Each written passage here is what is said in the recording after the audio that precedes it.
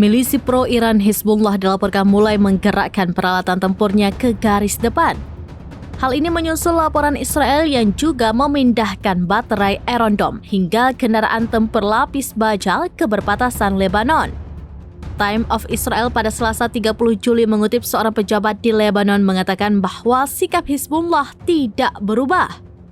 Ia menekankan bahwa Hizbullah sebenarnya tidak menginginkan perang besar-besaran.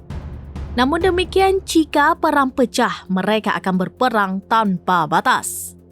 Pejabat tersebut membocorkan kegiatan sensitif Hizbullah sejak minggu lalu. Hizbullah disebutnya telah memindahkan beberapa rudal canggih berpemandu presisi untuk kemungkinan menghadapi serangan balasan IDF. Selain itu, Hizbullah juga telah mengevakuasi para pejuangnya yang ditempatkan di Lebanon Selatan dan Timur. Sumber yang dekat dengan Hizbullah mengatakan wilayah selatan dan timur berpotensi menjadi target serangan Israel. Sebelumnya, Israel juga telah mempersiapkan serangan balasan ke Hizbullah di Lebanon.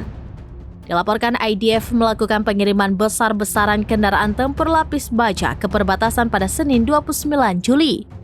Tidak hanya itu, baterai Iron Dome juga mulai dipindahkan Israel ke garis depan. Diketahui ketegangan Israel-Hizbullah kian memanas setelah serangan milisi pro-Iran ke dataran tinggi Golan menewaskan 12 anak-anak di Israel beberapa waktu lalu. Israel murka dan mengancam akan membalas dendam dengan serangan yang lebih besar.